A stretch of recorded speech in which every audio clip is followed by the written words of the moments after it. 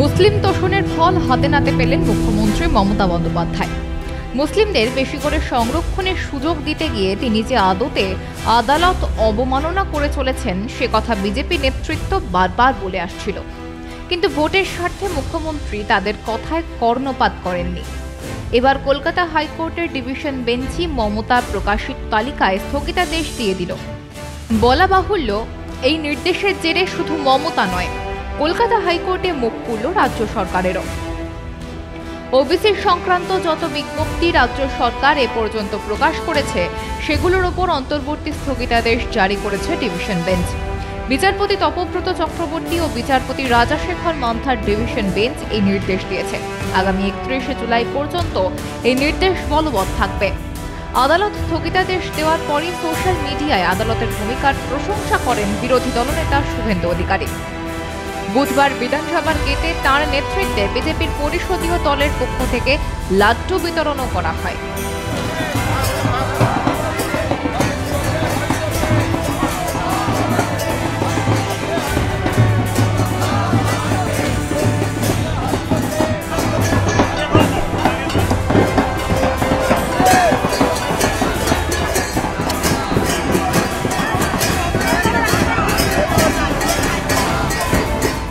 এই মামলায় মামলাকারীদের দাবি ছিল কোর্টের নির্দেশ মেনে সমীক্ষা করেনি রাজ্য, কয়েকটি পরিবারের মধ্যে তা সীমাবদ্ধ রাখা হয়েছে। এই মামলায় আগে যে মূল নির্দেশ দিয়েছিল সেখানে জানানো হয়েছিল সরকারকে কিভাবে পরবর্তী পদক্ষেপ করতে হবে, কিন্তু সরকার তা মানেনি। এমনকি 2012 সালের আইনে যে সংশোধনী আনার দরকার ছিল তাও করা হয়নি। সেই কারণে সরকার ওবিসি সংক্রান্ত যে বিজ্ঞপ্তি দিয়েছে তাতে স্থগিতাদেশ দেওয়া হয়। আদালত স্থগিতাদেশ দেওয়ার আগেই তৃণমূল সরকারের এই পদক্ষেপ যে নিয়ম মেনে হয়নি, ঘুরপথে মুসলিমদের সংরক্ষণের জন্যই করা হয়েছে তা বলেছিলেন রাজ্য বিজেপির সাধারণ সম্পাদক জগন্নাথ চট্টোপাধ্যায়। যে 2010 সালের আগের রোস্টার মেনে রাজ্য সরকার ভর্তি করতে পারে বা নিয়োগ করতে পারে, তাতে কোনো বাধা নেই। কিন্তু আপনারা এখনো জানেন জয়েন্ট এন্ট্রান্সের রেজাল্ট বেরোচ্ছে না, শুধুমাত্র মুসলমান ছাত্রদের সংরক্ষণ দেওয়া যাবে না বলে। কলেজ বিশ্ববিদ্যালয়ে ভর্তির বিজ্ঞপ্তি বেরোয়নি, তার কারণ 17% ওবিসি সংরক্ষণে মুসলমানদের সংরক্ষণ দেওয়া যাবে না বলে হিন্দু ওবিসিদের জন্য রাজ্য সরকার কোনোভাবে হাইকোর্টের বলে দেওয়া রায় মানতে মানছে না। এখন আমরা সবাই তাকিয়ে আছি সুপ্রিম কোর্টের দিকে। পূর্বের ওবিসি মামলা সুপ্রিম কোর্টে চললেও কোন কোন জনজাতিকে ওবিসি হিসেবে স্বীকৃতি দেওয়া হবে তার একটি নির্দিষ্ট তালিকা কিছুদিন আগে প্রকাশ করে অনগ্রসর সম্প্রদায় উন্নয়ন কমিশন। সেখানে 140টি জনগোষ্ঠীকে ওবিসি হিসেবে চিহ্নিত করা হয়। তা নিয়েও এদিন প্রশ্ন তোলা হয় হাইকোর্টে।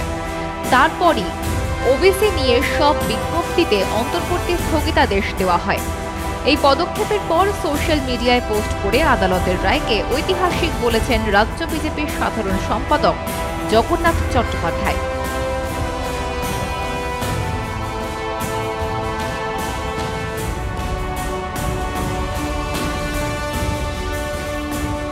স্থগিতাদেশ দেওয়ার পরে আদালতের ভূমিকার প্রশংসা করেন বিরোধী দলনেতা শুভেন্দু অধিকারী। একই সঙ্গে এজি কিশোর দত্তের বিরুদ্ধে তোপ দাগেন তিনি। তার বিরুদ্ধে আদালতে যাওয়ার হুঁশিয়ারি দেন বিরোধী দলনেতা।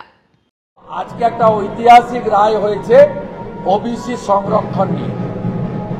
76টা মুসলিম জনগোষ্ঠীকে অবৈধভাবে মমতা ব্যানার্জির সরকার হিন্দু ওবিসিদেরকে বঞ্চিত করে রিজার্ভেশন দিতে গেছিল। হাইকোর্ট আজকে স্টে লাগিয়েছে, আমি এটাকে ওয়েলকাম করছি।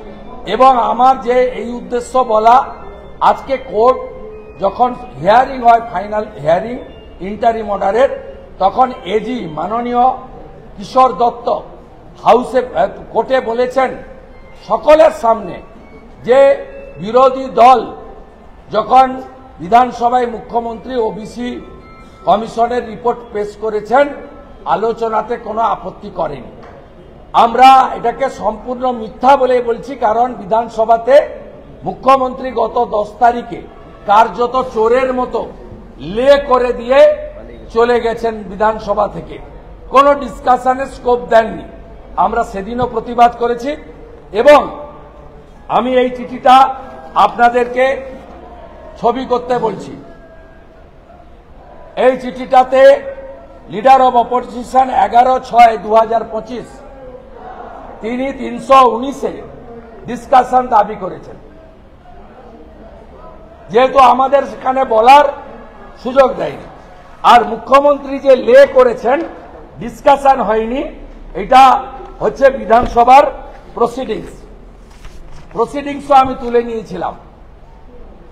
কিশোর দত্ত যে কাজটি করেছেন আজকে কোর্টে, আমি আমার লয়ারকে ভোকালতনামা দিয়ে কলকাতা থেকে বেরিয়েছি।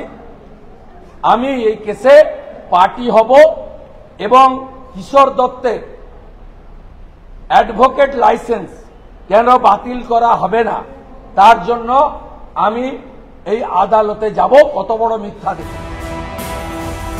আদালতে রাজ্য সরকার যেসব দাবি করেছিল তাকে মান্যতা না দিয়ে ওবিসি সংক্রান্ত যে বিজ্ঞপ্তি দিয়েছে তাতে স্থগিতাদেশ দেওয়া হলো। বলা যেতে পারে ঘুরপথে মুসলিম তোষণের যে উদ্যোগ নিয়েছিল মমতার সরকার, তাতে মাঝপথে মুখে ঝামা ঘুষে দিল আদালত। ব্যুরো রিপোর্ট, মাধ্যম।